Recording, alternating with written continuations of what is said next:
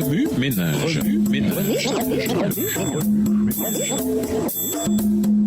Bienvenue dans votre émission Remue ménage. Nous voilà au jeudi 19 mai. S'occuper des pierres modernes.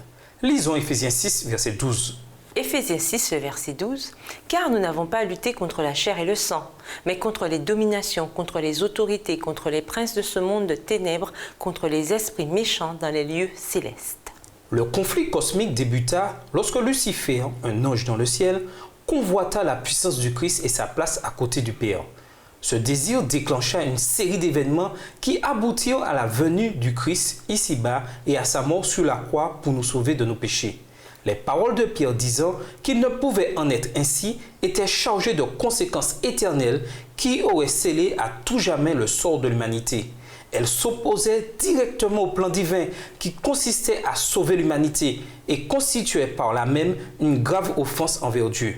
En d'autres termes, Pierre invitait Jésus à abandonner sa mission messianique. Mais Jésus savait que le véritable auteur de la déclaration de Pierre n'était nul autre que Satan.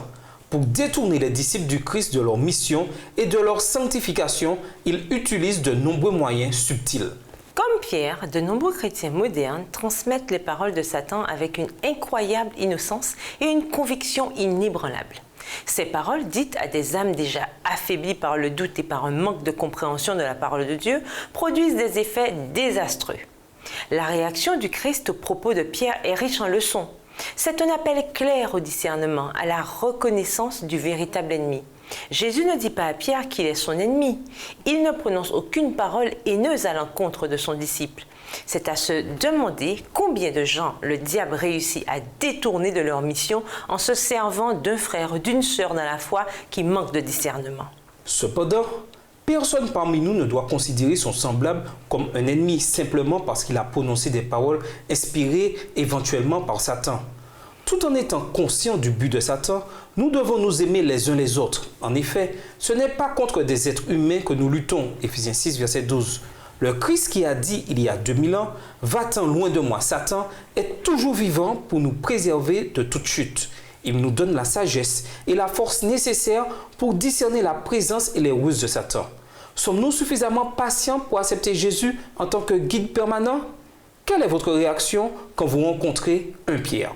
Remue ménage, après des années de chômage, Christina a reçu un appel pour un entretien devant se dérouler un samedi. Voyant qu'elle n'arrivait pas à prendre sa décision, son frère lui a dit « Je pense que le Seigneur va comprendre que tu ailles à cet entretien parce qu'il voit ta souffrance et il ne prend pas plaisir à te voir dans cette situation. » Comment comprenez-vous ce conseil? Comment Christina devrait-elle réagir? Avez-vous déjà accepté un conseil en sachant pertinemment qu'il s'opposait au plan de Dieu? Comment éviter de tomber dans un tel travers? Au revoir. Et à demain si Dieu veut. Remue ménage.